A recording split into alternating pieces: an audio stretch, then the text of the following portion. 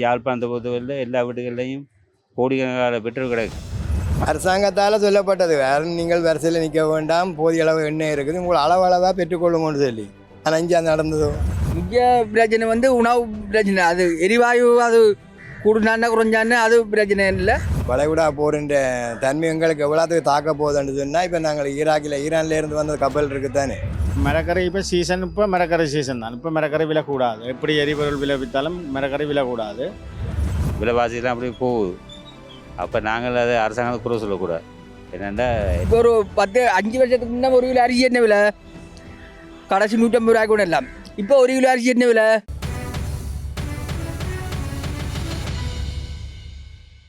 IBC Tamil உறவுகளுக்கு வணக்கம். மற்றொரு நிகழ்ச்சியின் வாயிலாக உங்களை சந்திப்பதில் மகிழ்ச்சி. தற்போது உலகில் நடைபெற்று வரும் ஈரான் அமெரிக்கா போர் காரணமாக பல்வேறு நாடுகளிலே எரிபொருட்கள், எரிவாயுக்கள் மற்றும் உணவுப் பொருட்கள் என்ற விலை அதிகரித்திருக்கின்றது. இது எங்களுடைய நாட்டிலும் இதன் தாக்கம் செலுத்தப்பட்டிருக்கின்றது. இது தொடர்பாக மக்களுடைய கருத்துக்களை கேட்டு தெரிந்து கொள்வோம் வாங்க.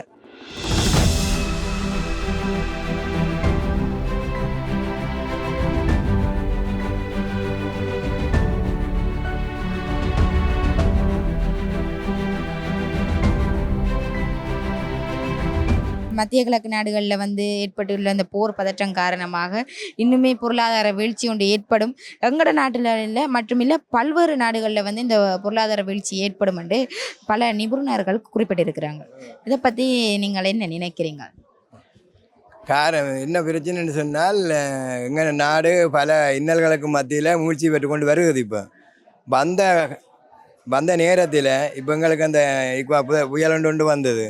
அதில் எங்கள் மக்கள் பொருளாதார ரீதியிலையும் சரி, வாழ்வாதாரத்திலையும் சரி, தங்கண்ட உடைமைகளோ சொத்துகளோ எல்லாத்தையும் விளாந்து நிற்கதியாக நிற்க வேண்டிய ஒரு நிலைமையில எங்கள் மக்கள் இருந்து இப்போ ஓரளவு புத்தெழுச்சி பெற்று வந்து கொண்டிருக்கிற நேரத்தில் இப்படியான இந்த வளைகுடா போரோண்டு வந்தது இப்போ எங்களுக்கு எல்லாமே ஒரு பெரிய ஒரு பின்னடைவாக தான் இருக்குது. காரணம் என்னென்னு சொன்னால், வளைகுடாவிலிருந்து தான் வளைகுடான்னு சொன்னால் உங்களுக்கு தெரியும், ஒரு அந்த ஈரானுக்கும் ஓமானுக்கும் உள்ள ஒரு கார்முஸ் இந்த ஜலசந்தி என்ற ஒரு இடம். அந்த இடத்தால தான் இந்த ஆசியா நாட்டுக்குரிய போக்குவரத்துகளை அந்த காலத்திலேருந்து செய்து கொண்டு இருக்கிறாங்க. அந்த காலத்தில் செய்து கொண்டு வரைக்க அதை இப்போ ஈரான் தற்காலிகமாக சண்டை நாட்டின் பின்னடைவை இதை நிவர்த்தி பண்ணுறதுக்காக அதை மூடி இருக்கைகள். அதால் வர வேண்டிய எண்ணெய் வளங்களோ பொருளை மற்ற அத்தியாவசிய பொருட்கள் எல்லாம் அதெல்லாம் மாறுறது வரையில. அதை மூடிக்கு என்ன செய்ய வேண்டும் சொன்னால், இங்கால எங்களுக்கு எந்த விதமான போக்குவரத்தும் இருக்காதுன்ற பட்சத்தில் வந்த கப்பல்களெல்லாம் அங்கே நிற்கல. இங்கால இருக்கிற பொருளை தான் நாங்கள் அன்றாடம் உபயோகிக்க வரையில. இங்கே கொள்வனவில் அதாவது கையிருப்பில் இருக்கிற பொருட்கள் இவ்வளோ மக்களுக்கும் காணுமோ தெரியாது. அப்போ இருப்பு இருந்த அதாவது வர கொண்டு இருந்தால் தானே நாங்கள் இருப்பை கைப்பற்றி வைக்கொண்டிருக்கலாம். அப்படியா சம்பவத்தில் இப்போ எங்களுக்கு ஒரு பெரிய பின்னடைவும் இந்த வளைகுடா போர் கட்டாயம் முடிவுக்கு வர வேணும். ஏன்னு சொன்னால், எங்களை பொறுத்தவரையில் அப்பாவி மக்கள்லாம் இதில் பாதிக்கப்படுகணும். இப்போ அரசாங்கம் அடிபடுறது வேறு. அவங்க தங்கண்ட ஆயுத பலத்தையும் தங்கண்ட வீர இதுகளை செய்து கொண்டிருக்கணும். அந்த இடத்துல அதுக்கு முக்கால்வாசி பாதிக்கப்படுறது மக்கள். அந்த அப்பாவி மக்கள் இதிலேருந்து கொல்லப்படக்கூடாதுன்றதும் என்ற அபிப்பிராயம். அதே நேரம் சகல நாட்டு மக்களும் தன்னிறைவோடு இருக்கணும்னா பொருளாதார உயர்த்தி வரணும். அந்த பொருளாதாரம் உயர்த்தி வரணும்னா போக்குவரத்துகள், அதாவது இந்த டிரான்ஸ்போர்ட்டேஷன் இருக்குது தானே, இங்கே போக்குவரத்துகள் சீராக இருக்கணும். சீராக இருந்தால் தான் எங்கள் நாட்டில் இந்த விலைவாசிகளும் சரியான முறையில் இருக்கும். அன்றாடம் கூலிக்கு போகிற வேலைக்காரரும் சரி, உத்தியோகத்தில் இருக்கிறவரும் சரி, அவைக்கு தன்னிறைவோட பொருள்களை கைப்பற்ற வேண்டும்னு சொன்னால் இதுதான் வேறு. யாழ் மாவட்டத்தை எடுத்துக்கொண்டோம்னு சொன்னால், அதிகமான மக்கள் பெட்ரோலுக்கு ஒவ்வொரு பெட்ரோல் நிலையங்கள்லையும் வரிசை நிலையில் காணப்பட்ட ஒரு தருணம் அதிகளவாக இடம்பெற்றிருந்தது. அந்த நிலை வரிசை நிலையில் இருந்தது. அது கூட வியாபாரிகள் தான் அந்த விளையாட்டு காட்டுறது. கேனுகளில் அடிச்சுக்கிச்சு கூடுதலாக விலை விற்கிறது கொண்டு பதிச்சு. இப்போ யாழ்ப்பாணத்தை பொறுத்தவரையில் எல்லா வீடுகள்லையும் கோடிக்கணக்கான பெட்ரோல் கிடக்கு. இந்த யாழ்ப்பாணம் இது ஏரியாக்குள்ள எல்லா வீட்டையும் நான் பெட்ரோல், டீசல், பெட்ரோல் தான் கூடுதலாக கிடக்கு. கோடிக்கணக்காக வச்சுருக்காங்க. ஆனால் அது சும்மா தேவையில்லா வீடு தானே. இப்போ லைன் இருப்பானே எல்லா பெட்ரோலும் திறந்து கிடக்கு. பெட்ரோல் கிடக்கு. 1 ரூபா 2 ரூபா கூடுற பற்றி பிரச்சனை இல்லை. இது இருக்குது தானே. அப்போ சும்மா தேவையில்லை மக்கள் சும்மா வெயிலில் காஞ்சி வெயிலில் லைனில் இருந்து சும்மா தேவையில்லா வீடு. இப்போ எங்களுடைய ஜனாதிபதி கூட குறிப்பிட்டிருக்கிறார், எரிபொருட்களும் சரி எரிவாயுக்களும் சரி சிக்கனமாக பாவிங்கள் என்ற ஒரு விடயத்தை வந்து குறிப்பிட்டிருக்கிறார்.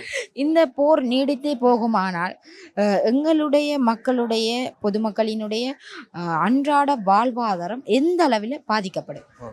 இப்போ எங்கள்ட ஜனாதிபதி அவர்கள் சொல்லியிருக்காரு வந்து மக்களை வந்து எந்த ஒரு பொருளை உபயோகித்தாலும் சிக்கனமாக உபயோகிக்க சொல்லி. காரணம் என்ன, மின்சாரமாக இருந்தானே, எரிபொருளாக இருந்தானே, எரிவாயுவாக இருந்தாலும் அதை சிக்கனமாக பாவிக்க சொல்லியிருக்கிறார். ஆனால் எங்கென்ன மக்கள் அந்த அடிப்படையில் இல்லை. காரணம் என்னென்னு சொன்னால், எங்கென்ன மக்கள் வந்து பணம் உள்ளவன் வசதி படைத்தவர்கள் வந்து என்ன செய்கிறாங்கன்னா தங்களுக்கு நிறைவாக கொள்முதல் பண்ணி வீட்டில் வச்சிருக்கணும். இப்போ அதே அன்றாடங்காட்சியில் இப்போ எங்களை மாதிரி சந்தைக்கு வியாபாரம் செய்கிற நாங்கள் வந்து அவர்கள் மாதிரி கொள்வரவு செய்து வீட்டில் வைக்க முடியாது. அப்படியே சம்பவத்தில் என்ன செய்யணும்னா, அரசாங்கத்துக்கு இப்போ அரசாங்கம் இவ்வளவு அறிவுறுத்தல்களை சொல்லிக்கையும் எங்கே மக்கள் திருந்துற மாதிரியும் இல்லை. ஏன்னு சொன்னால் நான் வாழ்ந்தா காணும் நீ வாழ்ந்தா காணும் கொண்டு போட்டுருக்கிற மக்கள்லாம் எங்கள் நாட்டில் இப்போ கூடுதலாக இருந்து கொண்டிருக்கணும்.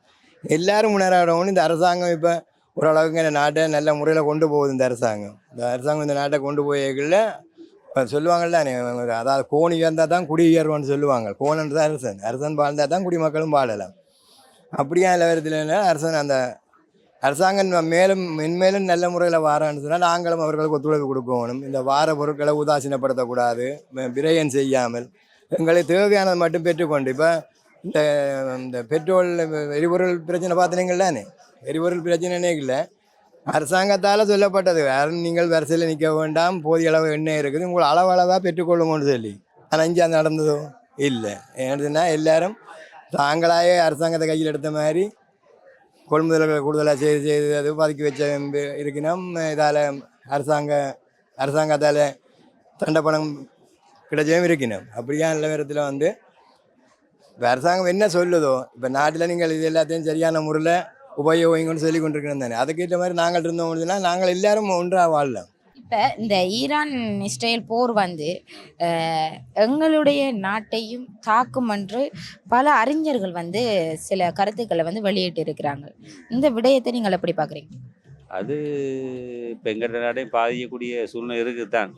என்னென்னா இப்போ ஒரு இந்த உலக நாடு போர் மாய்க்க உருவாகக்கூடிய சான்ஸுகள் இருக்குது. என்னடா இஸ்ரேல் அமெரிக்கன் ஈராக் அப்படி அடிப்படைக்குள்ள இலங்கைக்கு ஒரு சின்ன பாதிப்பு ஒன்று இருக்குது.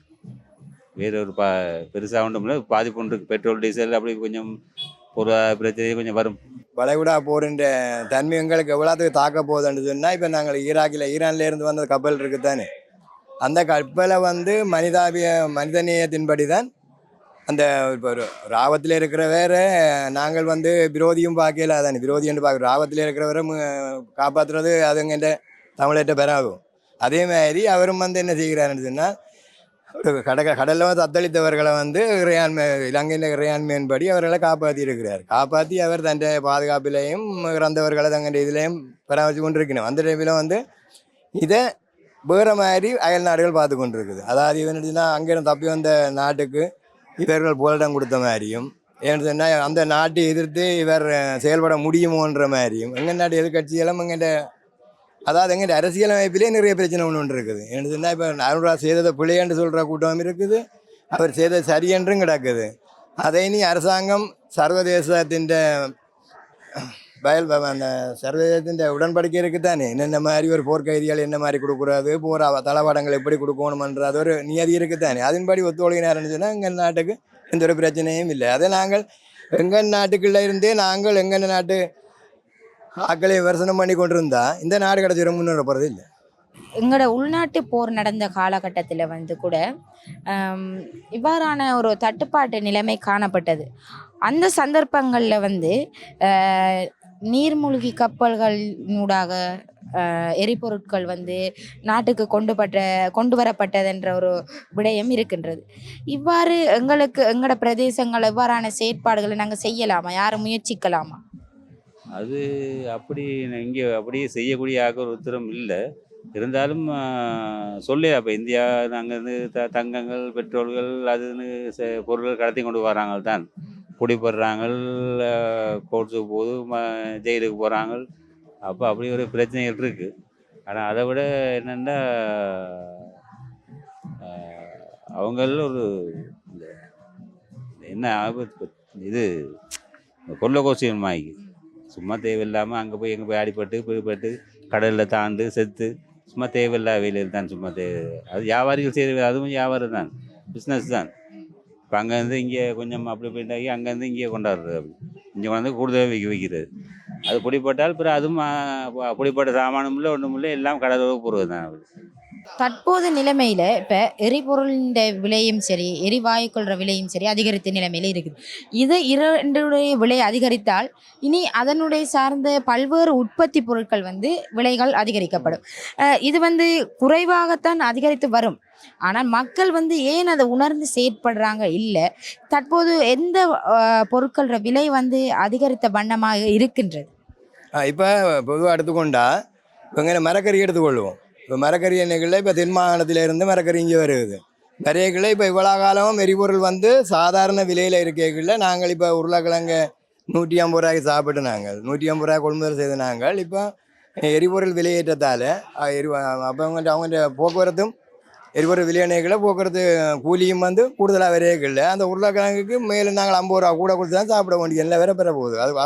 அதுக்காக என்ன சொன்னேன், அரசாங்கம் என்னென்னங்களை செய்யுதோ அதுக்கேற்ற மாதிரி நாங்களும் அதன்படி ஒத்துழைக்கணும்னு சொன்னால் தான் நீங்கள் எல்லாத்தையும் செய்யலாம். வேண்டாம் இப்போ நாங்கள் இப்போ என்ன பொருளாக இருந்தாலும் எரிபொருள் விலை கூட்டம், எரிபொருள் அதிகரிக்கும் போது வாகன கூலியும் கூடிக்கொண்டு தான் இருக்கும். அப்போ நாங்கள் 50 ரூபாய்க்கு எடுத்த கொள்முதல் சாமான் வந்து நாளைக்கு 80 ரூபாய் தான் எடுக்க வேண்டி வரும்.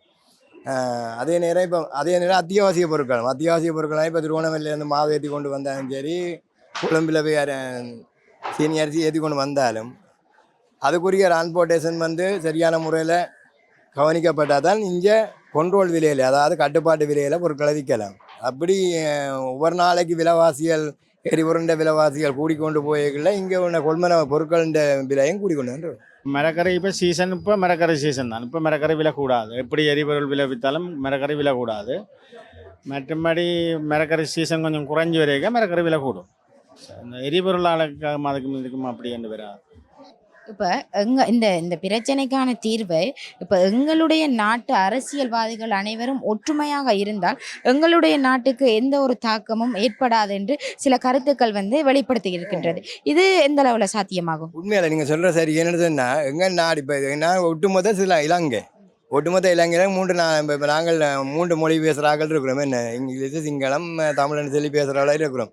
நாங்கள் இப்போ அதாவது எந்த வீட்டுக்கு பக்கத்தில் ஒரு சண்டை கொண்டு வரையக்கில்லை, நான் பக்கத்து வீட்டுக்காரன் பார்த்து கொண்டு இருக்கல, அது என்னென்னு பார்த்து அதை தீர்த்து சரி சமாதானம் போங்கன்னு சொல்லிவிட வேண்டிய இதுதான் இருக்க வேணும்.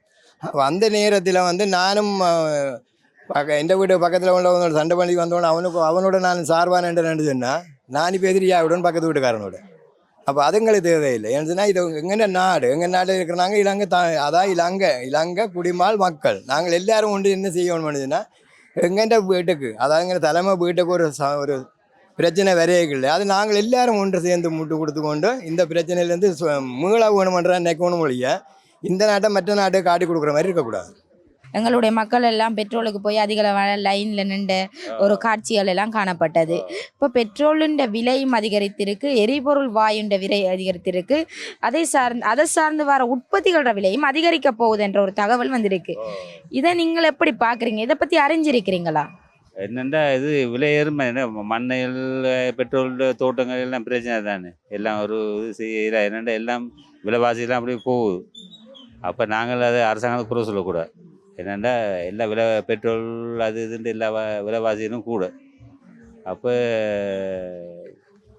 சமாளித்து கொண்டு போகிறது தான், ஒன்றும் செய்யலை. இந்த விலையேற்றம் வந்து ஒரு சாதாரண மனிதண்ட வாழ்வாதாரத்தில் எந்த அளவு பாதிக்கக்கூடிய மாதிரி இருக்கும், பாதிப்பை ஏற்படுத்தக்கூடிய மாதிரி இருக்குமா? அது கூடுதலாக பாதிப்பு ஏற்படும். ஏன்னா அண்டண்டு உழைக்கிறவை கொஞ்சம் பிரச்சனை தானே, தோட்டங்கள் செய்ய இயலாது, மண்ணை விழக்கூடாதுன்னா கொஞ்சம் கஷ்டம் அரைச்சல் தான். அப்போ அண்டண்டு கஷ்டப்பட்டே கொஞ்சம் கஷ்டப்பட தான் வேணும். அது எரிவாயு பிரச்சனை கூடுனதை பற்றி நான் வந்து வெறும் பாலடைந்த சைக்கிளில் தான் நான் இங்கே மார்க்கெட்டுக்கு வந்து போகிறேன். நான் எரிவாயு கூடுனதை பற்றி அது எனக்கு சாத்தியம் இல்லை. இந்த உணவுப் பொருட்கள் விலை கூடுனது தான் வெறும் பிரச்சனை. இப்போ இப்போ ஒரு 5 வருஷத்துக்கு முன்னே 1 கிலோ அரிசி என்ன விலை? கடைசி 150 ரூபாய்க்கு கூட எல்லாம். இப்போ 1 கிலோ அரிசி என்ன விலை? 200 ரூபாய்க்கு மேலே. அப்போ எங்கே ஒரு மனுஷன் வந்து கிட்டாடி எங்கே விலை குறைஞ்சோ அந்த இடத்துக்கு தான் போவான். அதனுடையால் இந்த உணவுப் பொருட்களில் முதலாவது விலை குறைஞ்சா தான் நல்லது. உணவு முதலாவது முக்கிய பிரச்சனை வந்து உணவு பிரச்சனை. அது எரிவாயு அது கூடுனான்னு குறைஞ்சான்னு அது பிரச்சனை இல்லை. உணவும் மருந்து வகை விலை குறைஞ்சி உணவு வகையும் குறைஞ்சா தான் அதான் இந்த ரெண்டும் தான் மனிதன் முக்கியமானது. இப்போது இந்த நடவடிக்கை காரணமாக எங்களுடைய அரசு பொருளாதாரத்தை சரி செய்யவாக இருக்கட்டும், மக்களுடைய வாழ்வாதாரத்தை தீர்க்கும் ஒரு நடவடிக்கை எடுக்கிறதாக இருக்கட்டும், எவ்வாறான நடவடிக்கையை எடுக்கலாம்? இப்போ எங்கள்